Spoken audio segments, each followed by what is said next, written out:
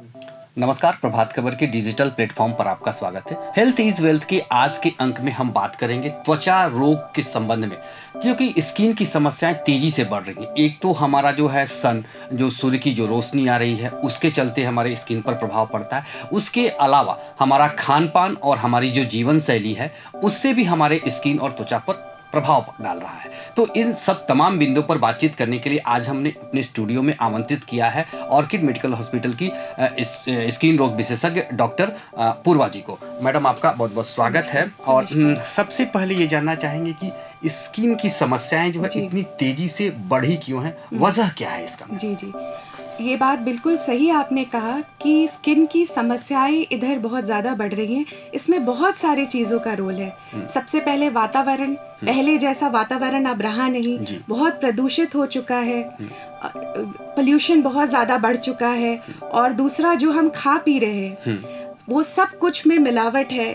आप अगर दूध पी रहे हैं तो उसमें इंसेक्टिसाइड्स है, हार्मोन्स के इंजेक्शन है। ये सारी चीज़ों का प्रभाव हमारे शरीर पे होता है। दूसरा, हम लोग का लाइफस्टाइल भी बहुत ज़्यादा चेंज हुआ है। आजकल हम लोग बहुत सारा केमिकल्स नोइंग अननोइंगली हम लोग के लाइफस्टाइल में शामिल हो रहे हैं। और दूसरा, बाहर खाने का, जंक फूड खाने का जो है, और हमारा लाइफस्टाइल कि हम देर रात तक जग रहे हैं, ये सारा कुछ मिला करके, और एनवायरमेंटल कंडीशंस, आप जान ही रहे हैं कि वायरस पहले से अपने आप को म्यूटेट करके और स्ट्रांग होते जा रहे हैं। फंगस अब ऐसा हो गया है जो नॉर्मल एंटी फंगल से सुन नहीं रहा है।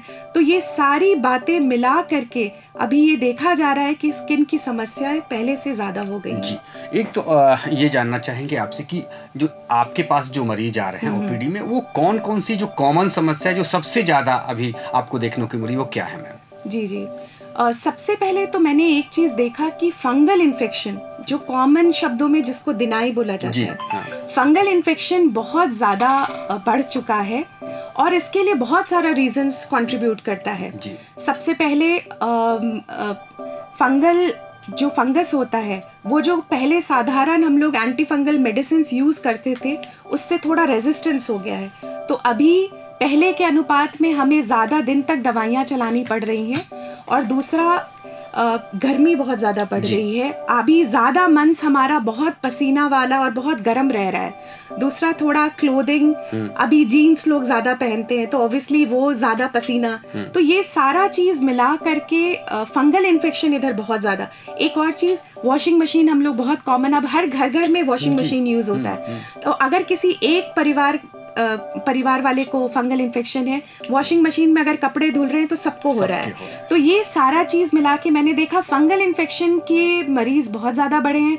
दूसरा, फेस पे पिगमेंटेशन, छाइयाँ जो बोलते हैं, वो बहुत ज़्यादा दिख रहे हैं। इसका भी रीज़न बहुत सारा है। हार्मोनल चेंजेस बहुत ज़्यादा हो रहे हैं, सन बहुत ज़्यादा स्ट्रॉन्ग हो गया है, तो यूवी रेज जो है बहुत ज़्यादा अभी हानि पहुंचा रहा है। दूसरा, आजकल लोग सेल्फ मेडिकेट भी बहुत ज़्यादा करते हैं।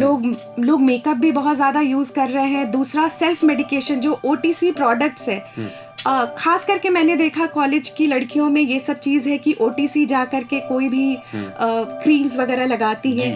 तो उसके बाद शुरुआत में तो ठीक रहता है, लेकिन वो फिर बाद में इरिवर्सिबल पिगमेंटेशन छोड़ता है। तो एक फेस पर पिगमेंटेशन की भी समस्या मैंने बहुत ज़्यादा देखी। हेयर फॉल की भी समस्या बहुत ज़्यादा मैं देख रही हूँ आजकल। मैम, आपने बोला कि ये जो तरह तरह की जो क्रीम है, तो एक बड़ा लोगों में रहता है कि गोरेपन का एक जो है मतलब जो चाहत है, तो उसके लिए तरह तरह की क्रीम का उपयोग करते हैं। तो ये कितना हानिकारक है और हमारे स्किन के लिए कितना दुष्प्रभाव डाल रहा है मैम? सीरियसली, सो ये एक चीज़ है जिसके लिए मैं सच में चाहूँगी कि लोग एम करें एक स्वस्थ स्किन के लिए। Your skin should be shining. और मेरे हिसाब से कलर उतना मैटर नहीं करना चाहिए, लेकिन हमारा समाज शायद कहीं ना कहीं इसमें एक रोल प्ले करता है। आजकल बहुत सारे क्रीम्स है जो बहुत पॉपुलर है, जो आप न्यूज़पेपर में देखेंगे, टीवी में देखेंगे, और उसका ऐड ही ऐसा लुभावना होता है कि रात भर में गोरा बना दे। पर एक चीज़ जानिए, जो रात भर में काम कर रहा है वो बिना साइड इफेक्ट वो कर ही नहीं सकता। तो उसमें क्या होता है ना, उसमें 1-2 हार्मफुल केमिकल्स होते हैं, जैसे स्टीरॉइड्स होता है। आपको शुरुआत में तो लगता है आपका स्किन साफ हो रहा है, पर वो ऐसे साइड इफेक्ट्स छोड़ता है। मतलब आपके फेस पे बाल आ जाएंगे, बड़े बड़े दाने आएंगे, आपका चमड़ा पहले से बहुत पतला हो जाएगा, अंदर से वेन्स दिखने लगेगा। तो ये चीज़ बिल्कुल सही नहीं है मेरे हिसाब से। अगर आपके फेस या स्किन पर दाग आए हैं, आप कुछ घरेलू नुस्खा पहले ट्राई कर सकते हैं, लेकिन हो सके तो प्लीज़ एक प्रॉपर डर्मेटोलॉजिस्ट से मिले और उनके द्वारा प्रेस्क्राइब मेडिसिन ही यूज़ करें। खुद से मेडिकेट करना बाद में साइड इफेक्ट्स आता है। जी मैम, आजकल देख रहे हैं कि बच्चों में भी बड़ी तेजी से स्किन की समस्याएं आ जा रही हैं, तो उनके लिए क्या करें? और जो ग्रोइंग बच्चे हैं, जो टीनेजर बच्चे, उनके लिए भी क्या आप थोड़ा सलाह देंगे? जी, मुझे लगता है बच्चों को थोड़ा सा सेल्फ एजुकेट भी करना चाहिए। जैसे मैंने अभी देखा बच्चों में फंगल इन्फेक्शन भी बहुत कॉमन आ रहा है। बच्चों को हमेशा कोशिश करें बहुत फैंसी कपड़ा ना पहनाएं। कोशिश करना है कि कॉटन का अच्छा ढीला ढाला कपड़ा पहनाएं। उनके फोल्ड्स को, जो पसीना जहाँ पर जमता है, उसको ज़रूर सुखाएं। और बाकी हमेशा उन लोगों के न्यूट्रिशन पे ज़रूर ध्यान दें। आजकल एक 8 साल का बच्चा भी आ रहा है हेयर फॉल की समस्या से, तो कहीं ना कहीं खान पान, आपका लाइफस्टाइल कैसा है, वो सब भी जिम्मेदार है। जी, आपने जो हेयर फॉल की बात करी मैम, ये वजह क्या है? और स्किन जो डिपार्टमेंट है, वो क्या ये वही डिपार्टमेंट इसका पूरा इलाज करता है? जी, स्किन डिपार्टमेंट में एक्चुअली त्वचा, बाल और नाखून, ये सारे आते हैं। और इस समय हम बहुत ज्यादा पेशेंट्स देख रहे हैं, और ये चीज़ बहुत ज़्यादा बढ़ा कोविड के बाद। हेयर फॉल की समस्या बहुत ज़्यादा बढ़ी कोविड के बाद, और इनफैक्ट स्ट्रेस का भी इसमें बहुत ज़्यादा रोल है। तो हेयर फॉल बहुत सारे कारणों से हो सकता है। हार्मोनल हो सकता है, एक टीलोजन एफ्लूवियम होता है, मतलब अगर कोई भी पर्सन कोई स्ट्रेसफुल पीरियड इनकाउंटर कर रहा है, अब वो स्ट्रेस मेंटल हो सकता है, फिजिकल हो सकता है, कोई प्रोलॉन्ग्ड इलनेस के बाद उसके बाल मैसिवली फॉल करते हैं। तो वैसे लोग आते हैं, कुछ लोगों का जेनेटिक होता है, वैसे भी आते हैं, कुछ लोगों का हार्मोनल होता है।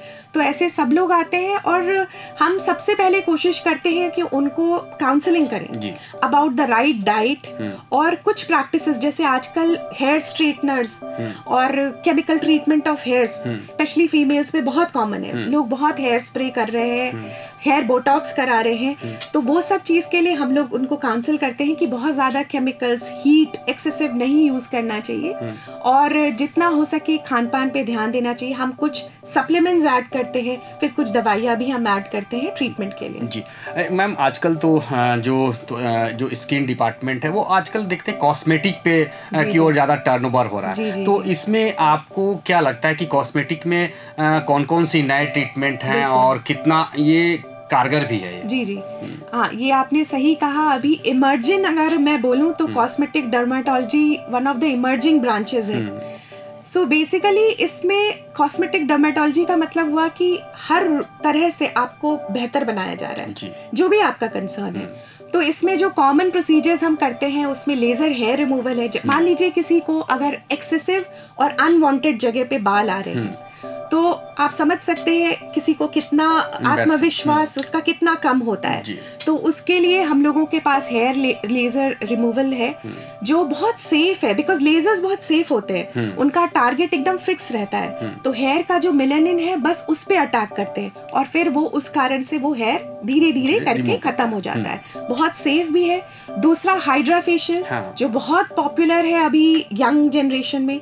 सो hydra facial is actually advanced facial, जिसमें फेशियल किया जाता है विद प्रोब्स। मशीन आता है, प्रोब्स होता है, हर प्रोब का एक फंक्शन होता है, जैसे अल्ट्रासाउंड में प्रोब होता है। जी, उसी तरह का प्रोब्स होता है। तो उससे एक से क्लीनिंग करते हैं, एक से सक्शन, जैसे आप सक्शन करते हुए बाहर उसको खींच कर डर्ट को, ब्लैक हेड्स, व्हाइट हेड्स को निकाला जाता है। फिर हम कुछ इन्फ्यूज करते हैं, फिर एक आरएफ आता है जिससे जो फाइन लाइंस है उसको टारगेट करते हैं। तो कुल मिला के ये एक एडवांस फेशियल है जो एक मशीन से किया जाता है। और एक क्लियर लिफ्ट करके एक आता है जिससे जो एंटी एजिंग थेरेपी है, जैसे एज होने पे गहरी झुर्रियां आती है या पतले लाइंस आ रहे हैं, तो हम उसको भी ठीक करते हैं। तो आपने देखा कि जो त्वचा की संबंधित जितनी भी बीमारियां हैं, मैडम ने बखूबी से हमें जानकारी दी कि अपने मन से जो है, अपने स्वेच्छा से जो है, बिना किसी त्वचा रोग विशेषज्ञ के सलाह के बिना जो हम लोग क्रीम का उपयोग कर रहे हैं उसको रोकिए,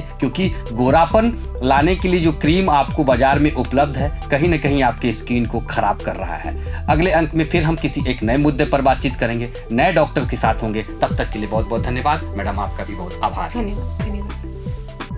प्रभातखबर.com, विश्वास वही, रफ्तार नहीं।